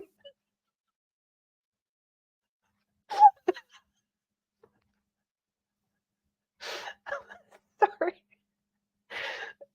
Wait, it gets even better. This is one from Lucy. 1 out of 1,000, I would give this rating if I could. I don't know how this is supposed to be a chocolate chip cookie recipe. It doesn't say when to add chocolate chips and how many chips to add. And since when did chocolate chip cookies have peanut butter? And Jacqueline replies, this isn't a chocolate chip cookie recipe. This is a peanut butter cookie recipe.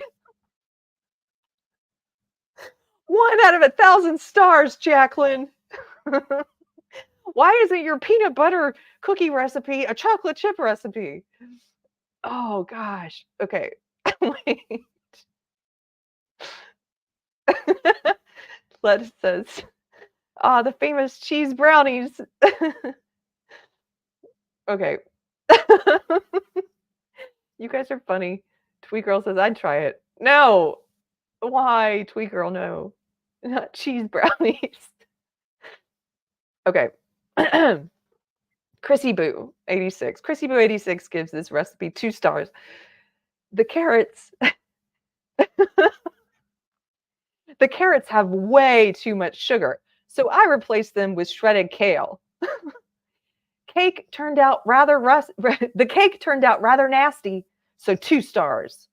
Unsure what went wrong, but it's dry also. I'm unsure what went wrong. Betty Crocker replies, we would definitely recommend preparing this recipe as written, as the carrots provide much needed texture and moisture. And then you want to see what this was a recipe for? It was for carrot cake. It was for Betty Crocker carrot cake. This person, I replaced the carrots with shredded kale. Not sure what went wrong. Too dry. Pretty nasty. 2 stars. Oh, people. Oh, people. Okay. Here's another. Kristen Klang. We used Pepsi, so I'm not sure if that was why it was a bit too sweet, but I think we will use regular soy sauce. I think we will use regular soy sauce next time if I don't have a Coke. And then Beth Pierce says, there isn't any Coke or Pepsi in this recipe. Is this person substituting soy sauce with soda? Is that what's happening? I think that's what's happening. People. Okay. This is from Sharon Smith. Sally's baking recipes. Sharon Smith comments, very good icing. I just didn't realize that I couldn't substitute the heavy cream for mayonnaise. And I was just devastated when I tried it. Maybe mention that the next time. But other than that, it was delicious. Maybe mention that the next time. What is wrong with people? This is like the person who tried to sue, or they wanted to sue because they put super glue or Gorilla Glue in their hair and then said you should have put on the label that you shouldn't put the glue in your hair. What is wrong with people? Is common sense this so uncommon? Maybe you should have told me. Maybe you should have, this person says, maybe mention next time that you can't substitute heavy cream for mayonnaise. You can't put mayonnaise in there. What else should they tell you not to do? Hey, don't replace the cream with chalk.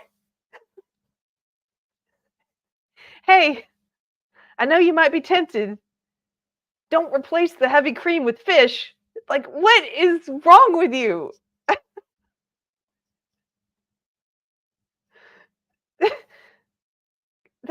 It's like the entitlement and the ignorance is just, it's ridiculous. But it's also funny. It's just, anyway, people. Okay, here we go. Here's another 1 star from Marine Khan. I will not try this again. Meaning the recipe, not what she did, the recipe.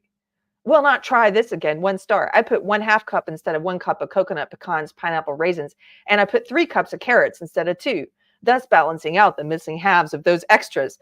Irregardless, the cake-like bread pudding was wet inside, did not have cake texture whatsoever. 1 star. Yeah, you completely changed it. Here's another one. 1 star. Really poorly written recipe. No mention of corn. How do you cook the corn first? How much corn? That's a lot of cream. Is it for one recipe or to keep around? Do you just use crema? I'm totally confused. Martha replies, this recipe is for crema mexicana. Nowhere in this recipe does it call for corn, nor do I believe it's poorly written. It's a recipe for Mexican sour cream, not creamed corn. Oh my goodness. This one's also great. Moira Rose Valentine. I can't say that name. Moira. She says, "Hi, X. This didn't work for me and my husband. This didn't work. Me and my husband are non-GMO, gluten-free vegans and cannot use egg. So I substituted this for mashed banana. And it just would not set. I followed all of the instructions. So I think it may be my oven, unfortunately, that cannot maintain temperature. And in the end, it was really runny and tasted quite bitter. So not sure what happened, but I won't be trying this again. I'm sorry. What a waste." And Sarah says, "Hi, Moira. An extreme substitution, like using mashed banana in place of egg for an egg custard tart, is not always going to work. I'm sorry that it felt like a waste of time, but sometimes one just has to acknowledge that a banana isn't an egg, you know?" Hate speech, Sarah, hate speech. Wait, I know there's more.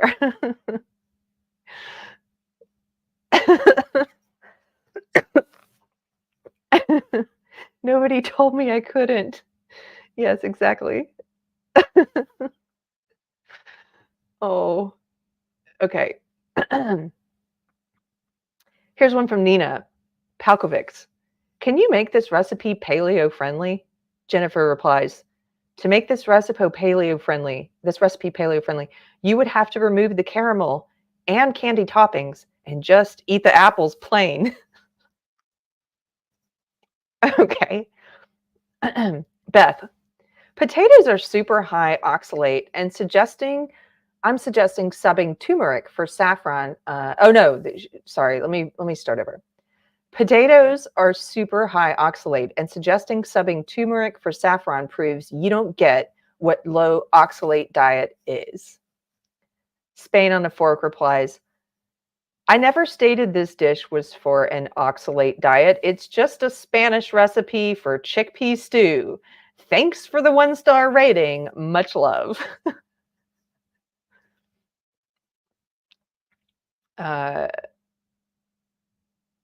I'm going to skip that one. That one's not as funny. Here we go. Jav, how can I do this without egg? Thanks. Nagy replies, hi, Jav. It's an egg-based dish, so you really can't. Sorry. And then this is what I've been waiting to get to. Oh my gosh. 1 star. This is a 1-star review from A. I don't recommend putting the slow cooker on the stove to brown the meat. Mine split right in half as soon as I added the meat in. A big hot oil mess.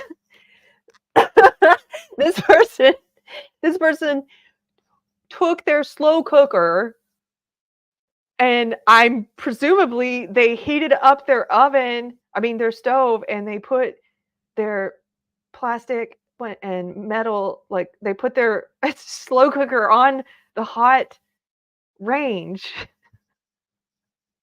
1 star. Don't recommend. Adrian replies, that wasn't what the recipe meant. If you can brown in your slow cooker, e.g., it's like an instant pot that can sear, or the slow cooker has a sear function, then do it.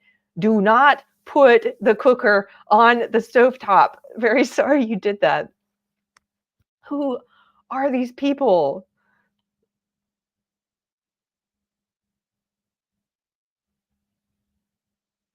Okay, here's another great one. I think we'll end with this one. 1 star. I followed the recipe exactly, except that I replaced oil with applesauce.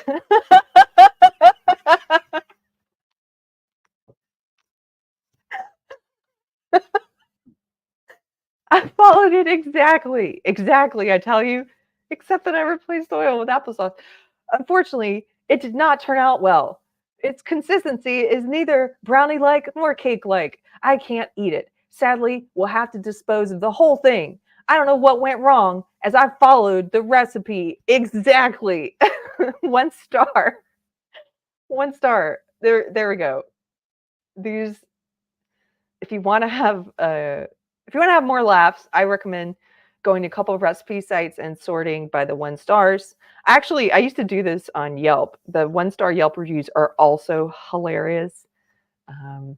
You will find a lot of this. There was one that I remember it was for a restaurant. It was a Mexican, no, it was one of those Brazilian meat places where it's all you can eat, Brazilian barbecue and stuff. And then they come to your table and they shave the meats into your plates. And it's just a carnivore city. I mean, you guys know the kind of Brazilian steakhouse I'm talking about, right? It's just meat.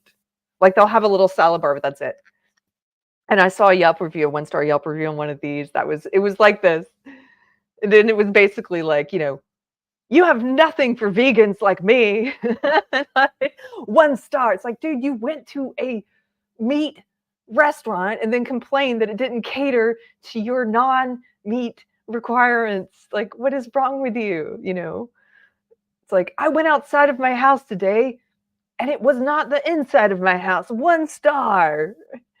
Yeah, Fogo de Chao. I would think it was Fogo de Chao. Which is a great Brazilian steakhouse. Sorry about the coughs. Okay. You guys, I had so much fun hanging out with you today, talking about a little bit of stuff in the news, and but really just having some laughs with you at the end. Oh, we had another super chat. It's Pirate Tomsky's here. Pirate Tomsky, give it up for one of our mods, our Buccaneer mod pirate. 5 British pounds. Says, damn it, Keri, I came here for a gaming review stream. Why aren't you talking about gaming? 1.5 would not recommend. Yes, exactly. So stupid. It's so silly. Anyway, you guys, I hope you have a great Thanksgiving. Like I said, we're going to return to our regular schedule next week. I'm going to try to put out something special this week since we're not doing a regular live pop culture or Friday show. And I hope you guys have lots of great food and family and music and joy during the holidays. And if you like the video, hit like. If you want to help the channel, you can subscribe at Patreon, Subscribe Star Locals, or here at YouTube, you can become a member. Or you can leave a comment below. That helps out our algorithm, and we greatly appreciate it. I think that's all. I had some other silly things on the list, but we've done about 2 hours, so I'm going to wrap it up. You guys have a happy Thanksgiving, and I'll see you later.